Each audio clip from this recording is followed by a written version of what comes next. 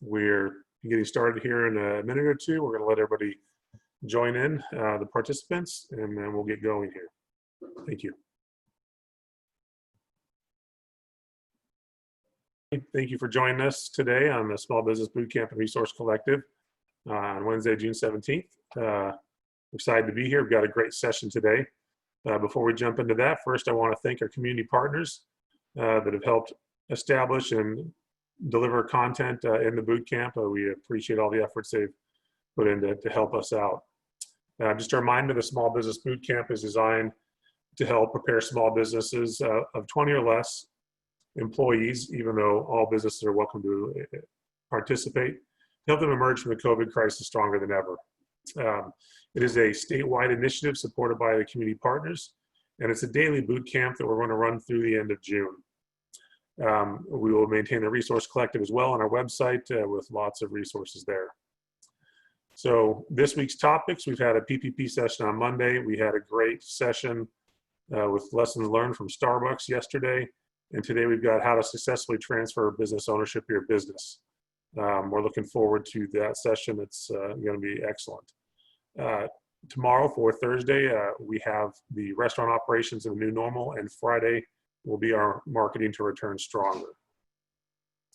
Some quick updates on PPP and EIDL. As I mentioned yesterday, press releases came out that the EIDL application is now open for small businesses and agricultural business. So all small businesses can apply for the EIDL. If you did not get the chance to apply for that previously, if you previously applied and have not heard anything yet, please call the SBA's customer service number, and that can be found on their website.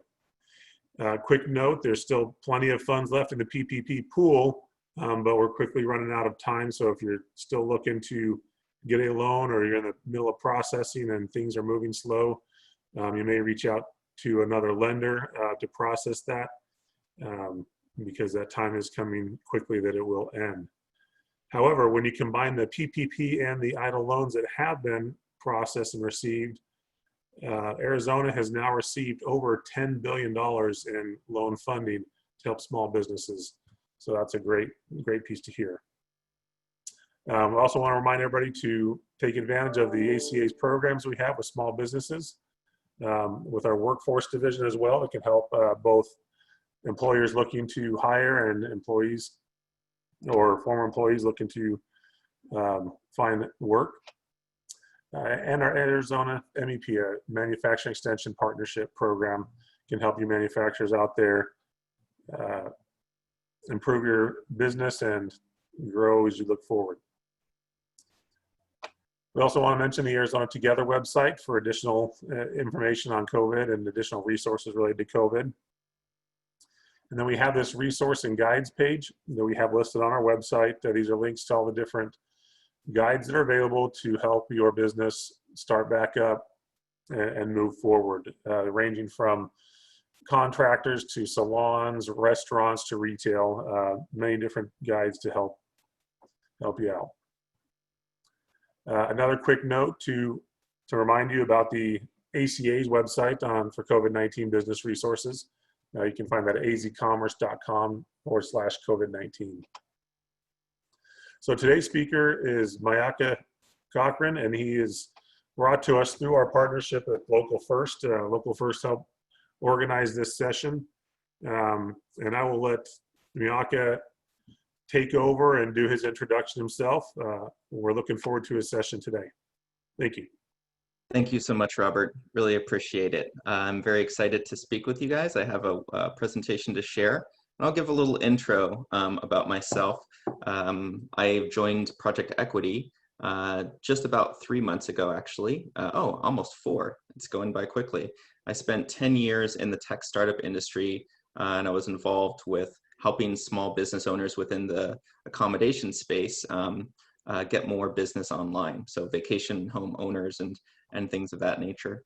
And really attracted to working with employee ownership as I grew up with family members who were small business owners, as well as founding members of co-ops. And so I was able to see these models and was around these growing up. And so very excited to, move from the the tech world into the nonprofit world and be able to help small businesses like yourself be able to unlock some powerful ways to move the business through the future and open up some excellent opportunities within succession planning. So without further ado, let me go ahead and share my screen and get into the presentation. All right, so again, a big thank you to the ACA for having me speak today, and a little bit about what we're going to get into. I'll talk a little bit about who Project Equity is and the work that we do. We'll take a look at today's environment and the challenges within it, and we look at exit planning. This is on the top of a lot of people's minds today, and if it's not, it's worth exploring no matter where you are in the journey. And then we'll look at employee ownership, how it works, some nuts and bolts, and some of the benefits that can come with it. And then we'll do a little a Q&A. All right, so for Project Equity, we exist to help owners of businesses like yourselves secure their company's legacies by transitioning to employee ownership.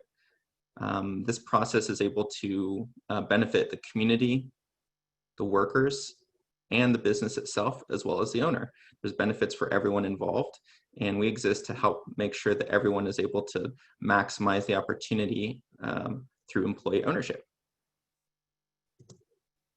But why employee ownership? You know, you've heard me mention that it creates stronger businesses and it's good for communities. Let's take a little bit about why.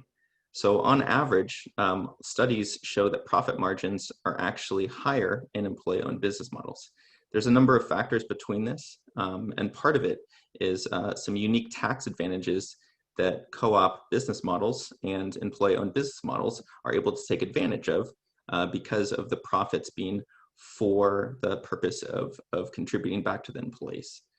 And if you look too at the business itself, you see sales grow and also employment grows. And so employee-owned companies really are job creators in the community by nature of their existence, which is another one of the great benefits.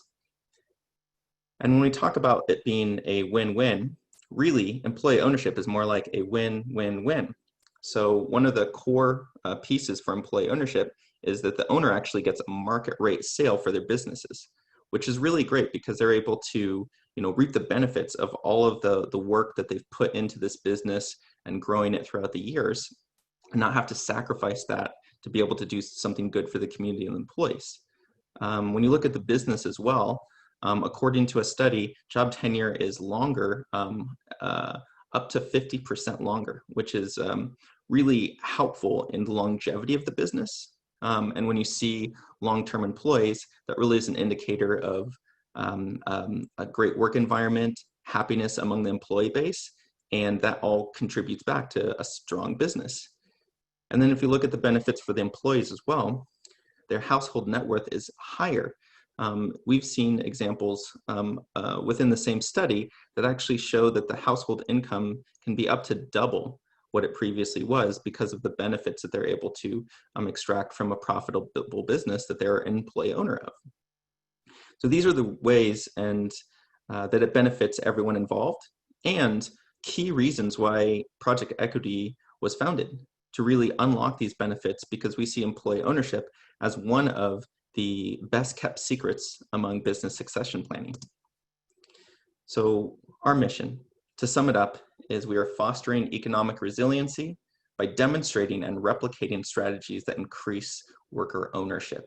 We are here to work with businesses to evaluate a fit for employee ownership and to see if they're ready and able to take advantage of these models to create a strong business moving forward, great opportunities for employees, and an equitable exit for themselves.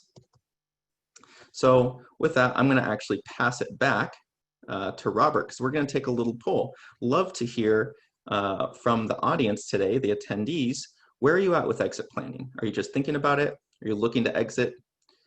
Oh, it looks like the poll is working through there. So yeah, so are you just thinking about it? Are you looking to exit as soon as possible? Maybe seeking some liquidity and exit later on, or you're exiting within the next few years? maybe you're thinking about it a little bit down the way, or you're never going to leave that business. Very curious to hear where you are at with this, because we speak with a lot of different businesses who have owners who are all across the board.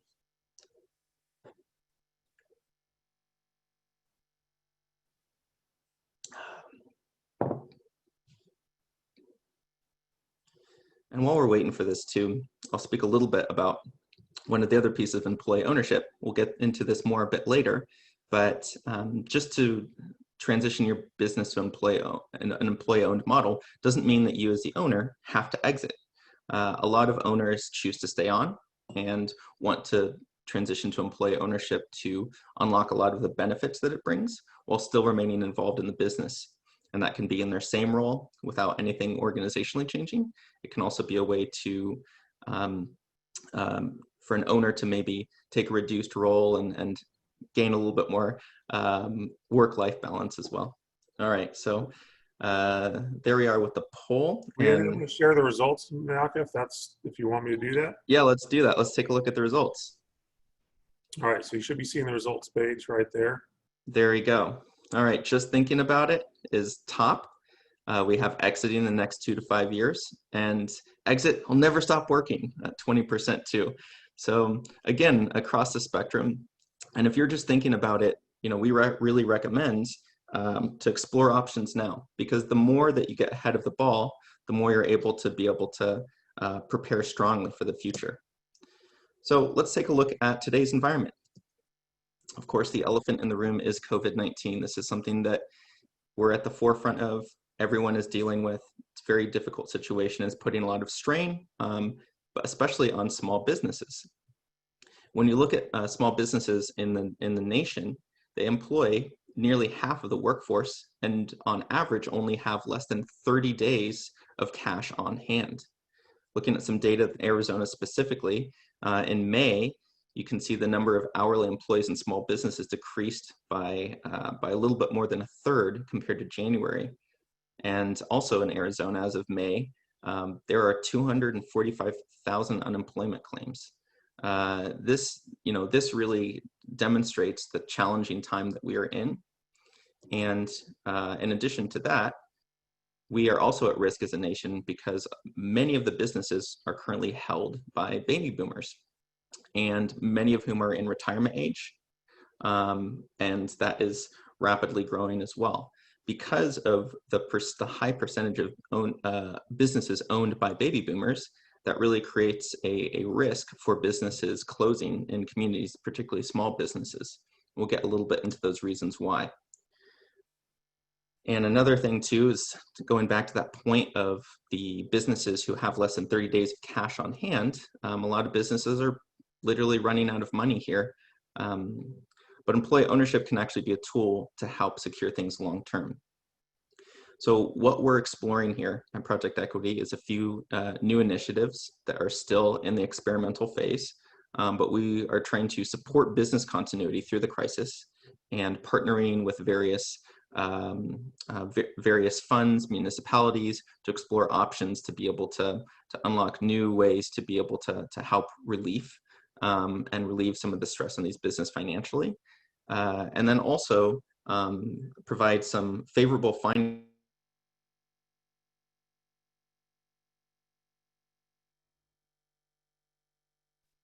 Okay, I accidentally muted myself. There we go.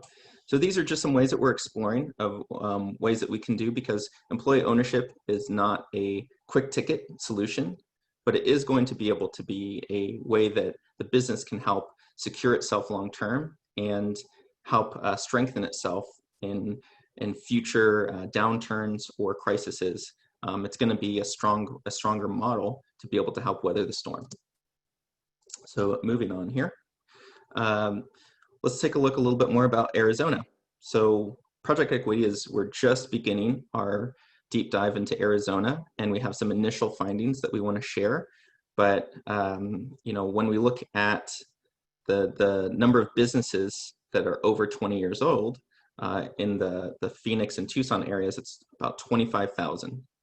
These businesses within the Phoenix and Tucson metro areas total over 2.6 million workers. So there's a huge impact and a huge footprint of this. This really goes to show the dynamic community here of businesses, and the opportunity for these businesses to be able to unlock ways to keep secured in the community, because small businesses especially are part of the identity of the community. And that's why we partner with wonderful organizations like ACA and Local First to help do what we can for businesses who are looking for options to help secure that future. And selling a business just isn't easy. So actually only 20% of businesses ever sell. About 15% only are transitioned within families, and then 1 in 5 are at risk of closing. This is unfortunately bleak picture, and there are a few reasons for that. Partly in due because there are more businesses that are on the market than ever before, and also because private buyers are really attracted now to new endeavors, right? There's a lot of attention on the tech space and new things, and small businesses are not getting as much focus as we'd like. But employee ownership is a great solution for that. If we look at the comparisons, take a look at employee ownership. It'll preserve the legacy. The owner gets the market value. The owner and business both have the potential to unlock tax benefits, and the employees are retained. When you sell to a family member, that's a fantastic way to preserve the legacy, but the other pieces are unknown. And we see a lot of family members now who are second generation, third generation, who don't necessarily want to be in charge of an entire business themselves, but perhaps would like to be involved and still be involved in a management capacity or other capacity. And employee ownership ends up being a great solution for them as well. If you go through private acquisition, there are no tax benefits for private acquisition, unfortunately, and that new owner is going to control the destiny of that business. They can shutter it and sell it for parts. They can cut employees and replace them with employees that they bring in themselves, or just cut positions, and you're not guaranteed a market value with that. And of course, closing down operations is not going to be able to be beneficial for any reason. So we want to prevent that most of all. So when we talk about a little bit about the benefits, I want to highlight this. We've talked a little bit about tax pieces, about market rate, but let's take one example company to see actually how this comes to fruition. So this is an example company, ABC company, and the valuation, as you see on the third line at top there, was $1 million. That means because we are transacting at a market rate, the transaction price is $1 million, that exact valuation. And if the company, let's say, has a very promising future and is able to continue to grow profits over time, the exiting owner or transitioning owner is able to actually participate that in a way. So let's say that they take 60% of the sale as liquidity, and then as part of the financing, they take 40% of the sale price as a seller note. This allows them to earn interest financing.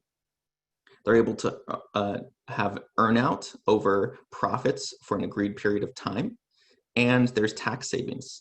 So when you look at the valuation price of $1 million, over time, that same owner is actually extracting nearly 1.3 million out of that transaction. This is why it can be more flexible, because employee ownership, you're not necessarily doing a straight buyout. These are leveraged buyouts. And even in a low scenario, let's say that year over year performance is flat, the owner is still able to take advantage of interest financing through doing a seller note, and still able to recoup additional money over time. So, heard me talk about employee ownership, benefits, challenges, but here's a little challenge to see what you know. You don't have to take notes. There's not going to be a quiz at the end, but let's just follow along with me and see what you know. So first of all, question 1, true or false? Selling to employees requires accepting a lower selling price. Well, if you've been following along, you know that that is false. Seller receives a market value based on an independent business valuation. And this is key and something we want to ensure, because the owner deserves to receive an equitable liquidity for their hard work in creating this business. Question 2, true or false? Employees are going to have to foot the bill. This one is one of the biggest ones you get all the time, and it is also false. Employees are actually not obligated to finance the transaction. Usually, it is completed through a leveraged buyout. So the business is taking on debt, which is being repaid off of future revenue. This is why it's very powerful and doesn't require employees to have to pay out of pocket. Question 3, true or false? Owners can remain involved in strategic direction after they sell. This is actually true.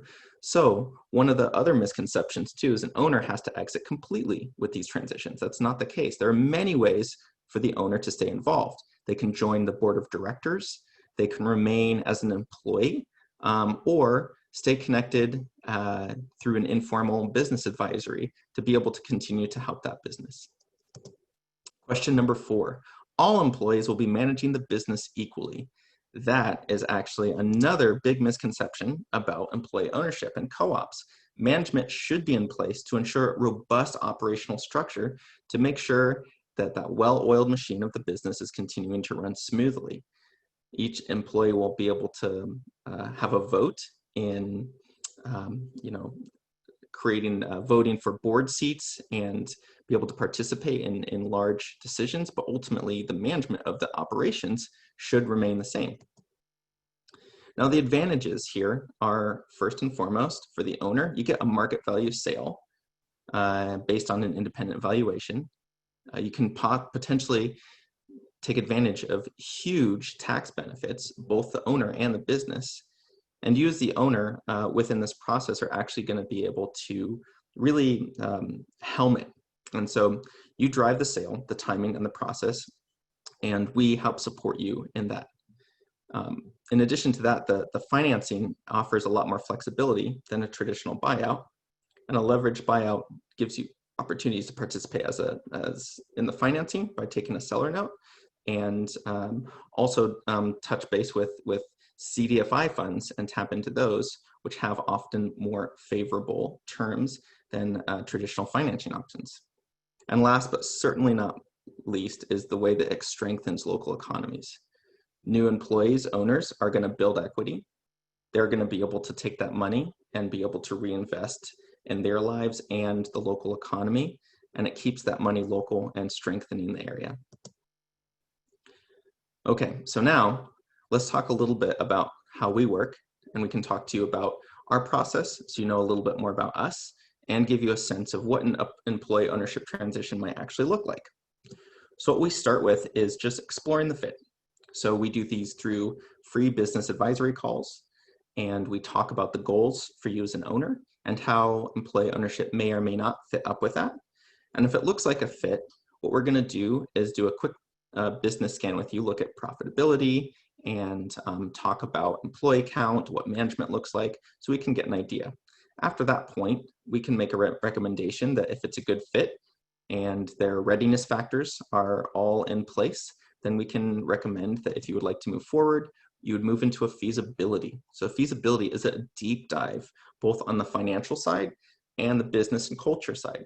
So what that means is that finances will go top to bottom, and we will establish a debt capacity for that business to really be able to understand how much can this business, how much debt can this business take on to be able to sustain a loan and pay off over time. In addition to that, we'll look at management. You as the owner, if you're leaving, what skills are being left on the table and how can we fill those? Are there employees in place that can be trained up? Can your responsibilities be spread out through a number of people? Or do we need to hire somebody because there isn't somebody within the company itself that is going to be able to step up to those specific skills? And we can assess that.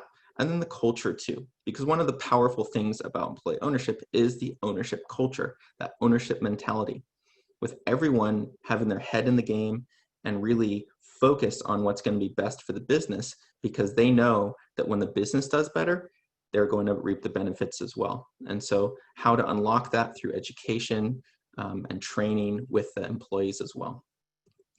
From there, we build a straw model, which shows you top to bottom what your business could look like as an employee-owned entity. And then if you decide you want to move forward, we can actually do a transition. So the transition is how we actually execute this. So there's the legal transaction, and we bring in all of the experts, CPAs, lawyers. We do the valuation independently and set all those pieces in a row. And while we're doing that, parallel, we also work within the management transitions. So we do training, education. We help set up the team to be in place for the future. Once we go through these points, the final piece is to close the sale. So the bylaws are solidified, the initial board of directors is established, and everything's signed on the dotted line, and the owner is able to get paid. Now from that, it doesn't stop just there. One of the things that we provide additionally is our Thrive program. So we will actually stay with that business for an additional 2 years to be able to provide guidance, assistance, and if things start to get shaky or there becomes challenges that are discovered, we're able to be able to engage with that business and help. And so we want to make sure that we are creating successful employee-owned models, and part of that is sticking with that business and that entity for 2 years to be there and have another resource and guidance partner. One of the things that Project Equity also provides is capital for transitions. You know, we did talk about the debt financing for leverage buyout, and so that requires financing. So one of the things we did is launched a partnership with Shared Capital, which is a national CDFI, and it brings together tailored financing with an expert guide, and so we're able to really be able to provide financing for some small businesses. But even if we're not able to tap into this fund, if this isn't the right fund, we are partnered with other CDFIs, and we are also partnered with local entities to be able to help pull in funding options to make this happen. So we develop that funding with you, so as the owner wouldn't have to be able to go out and seek it themselves.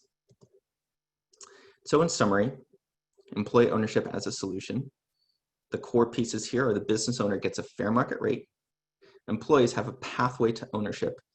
We preserve community businesses and jobs, keeping them rooted in the community, and we create a more inclusive economy. And these are the reasons why we are focused on our work and are excited to be able to share more with that with you. All right, so let's talk about readiness factors. So this is something that's important to keep in mind for our work. One is profitability. You know, we want to make sure that this company is in a good financial health for the past 3 years. So what we'll talk to you about profitability over the past few years. If it's shaky, if it's profitable 1 year and not the other, there could be some justifiable reasons in that. Reinvestment in the company, there's some nuance there, of course, but that's just one indicator. Another is 10 to 20 employees, could be larger. But having a base of 10 is helpful because it really has a big enough team to be able to share share management as needed, and also to be able to tackle any problems. And in addition to that, we want a proven track record. So a startup, there are some options for them to transition to employee ownership, but because these are debt financed, we want to see a proven track record, years of experience. Long-time employees that have stuck with the business are all ways to evaluate that. So these are just readiness factors. They are not hard and fast rules, but they are ways that we are able to. They are ways to be able to kind of give an initial analysis of that. Okay, so moving on from there, one of the things that we do offer are free business advisory calls. We do 30-minute calls, which you can sign up for at our website, project.equity.org/AZ. And these calls will be anything from a casual chat. If you enjoyed this webinar and you just had some more questions and you wanted to chat with us about it, we'd be happy to. In addition to that, it can also be for those who are seriously considering this as an option and would like to explore some readiness factors. But these advisory calls are to give you information, to help educate you. And there's a lot of stuff out there about employee ownership, and we want to help simplify that by being able to give you these free advisory calls. So schedule a call, chat with us, happy to talk to you about it. And again, at Project Equity, it's important that we are here to educate and create new successful employee ownership models. And so, we're here to be honest with you and really look at your business and your goals and give you some feedback as to whether this could be a good option or not.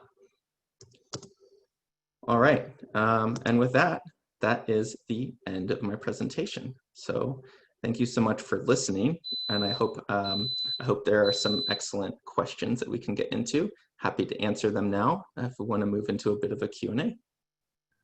All right, so if you have questions, please feel free to share them on the Q&A box, and we will get into those. We do have one in there right now. It says, I'm thinking about succession planning. How can Project Equity help? Yeah, that's a good question. Well, if you're just thinking about succession planning, we can talk to you about your goals and where you would like to see yourself ideally. Maybe it's on a beach drinking Mai Tais all day, or maybe you would like to, have a slower succession planning. So we can offer a way to explore these different options. And even if you're not interested in employee ownership, we're also committed to keeping businesses in the local economy. And so if you want to explore this as an option, but decide that you would like to find a private buyer, we can also help by connecting you with local organizations or resources to help find a private buyer as well. And so if you're just thinking about it, that's the best time to explore, because you don't have the pressure of time where you need to find a succession plan. So get information early so you can have time to digest and think about it. And Project Equity will be around for when you're ready, even if it's a couple years down the road, if you want to do employee ownership transitions later. But we're here to educate and help. So regardless if where you're at in your journey, we'll have information that's going to be helpful for you. In line with that, with those remarks, how long does the process take to do employee ownership? And if that's something I may be thinking about, how soon should I start looking at that as a possibility? Yeah, that's a good question. I would say that it's never too early, because when you're looking at succession planning, there are a lot of factors that can change, right? Let's say business is great now. I mean, we're in a challenging time at the moment, but outside of that, business is going strong. That's generally a good time to look at it, because if who knows what the future is going to hold, and it's best to line up your options, and getting a good sense for that is going to be helpful. In terms of our transition time, I would say that generally it's 9 months to a year, but that really depends on the needs of the business, and we work hand in hand with the owner on that, and so that can be metered out a little bit longer if the business needs more time.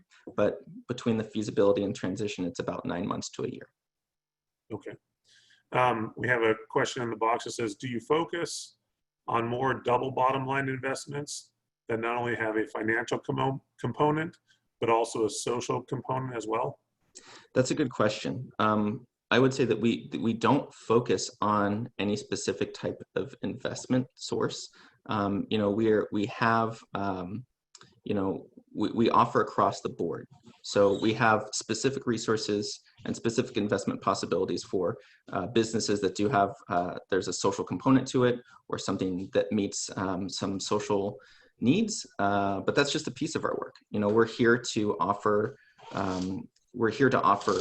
possibilities for everyone, and that includes owners who have needs and have benefits that their business provides to the community, and owners that have a business that is just purely profit and able to and is just looking for bottom line dollars. Okay.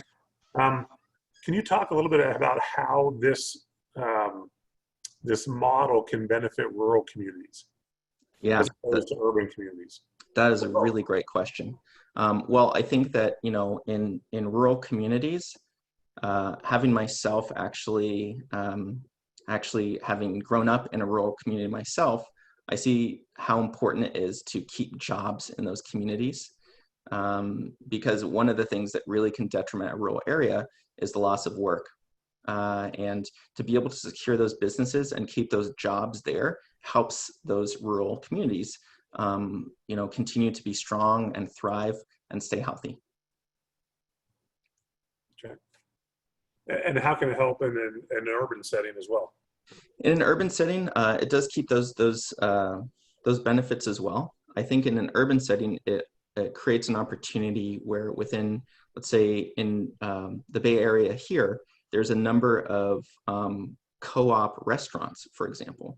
And co-op restaurants, they have actually created somewhat of a community with themselves where they're helping each other out. And so having a strong local economy benefits urban areas very strongly. And one of the pieces to a strong local economy is making sure that the profits from that business go back into the community. Whereas if you're selling to a buyer that's out of state or even international, the profits of that business are going to leave the community. And urban areas, having a strong local economy is very important because that helps every piece of the puzzle in those areas. I think that's an important thing to remember in the rural as well, is if you sell it to someone that's out of the area, some of that profit may leave the area as well. And in the rural communities, it's very important to keep those funds within the community and recycling in that community too. So what other questions do you guys have? We have another one out here. It says, do you act as providing change equity, or do you structure the LBOs as leverage recapitalizations? That's generally used for the recapitalized company. Yeah, that's a really interesting question, actually. Hold on one second, sorry. That's a really interesting question, actually, and that's a little bit of a detail that I would have to get back into the financial team who goes into the details on those. That I'm not actually sure. Myself, I focus on business fits, but that's a great question, and if you provide your email address, I'd be happy to be able to follow up with a more detailed answer on that one. Okay. To the participants, what other questions out there do you have? Please post them up in the question and answer. Miyako, what are some of the general questions you receive from people that are just inquiring or calling you up or sending you guys emails? Oh, the general questions, actually? Yeah, so I would say that one of the questions is, in general, is, what's the risk of this? And, I think that the risk is actually rather low. If they say like, oh, I'm worried about my transition, my business transitioning, and the employees are just gonna run amok and run the business into the ground. But that's actually not true. And that's one of the reasons why we do a very robust process with the owner, because we want to ensure that what the owner is leaving on the table is carried through, right? And so we look for that both within the company and outside, because you're going to have experts, people who've been in the company for 10 years, 12 years maybe, but maybe they aren't the ones that actually have management skill sets, and that's a specific skill set. And so management is very important and very key. And so basically what that means is that you'll have a way for bringing in an outsider who has those management skills and who knows that they're walking into a employee-owned business environment.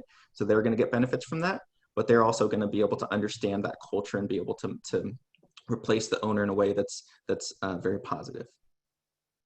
Okay. Another question popped in. Are these ESOP plans? That's a very good question. So within employee ownership, there's a number of different models. ESOP and co-op are the two most popular. We work with all of the models.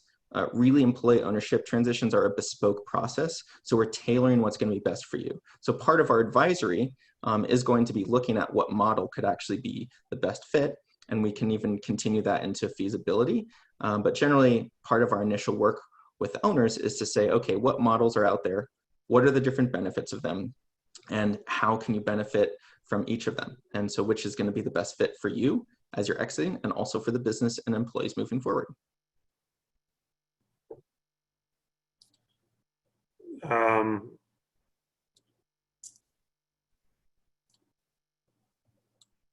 All right, any other questions from the group?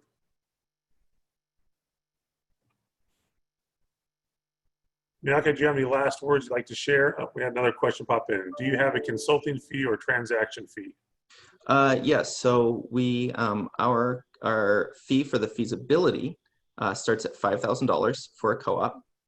ESOPs tend to be a little bit more complicated, but that they start at $5,000 as well, and that's just that piece. The transaction fee is separate from that. So we do a feasibility to see if it fits, and then for the transaction fee, we do that on a sliding scale based on the EBITDA of the business. And so we want to be able to make sure our services are accessible to businesses of all sizes and profitability. And so we're able to do that.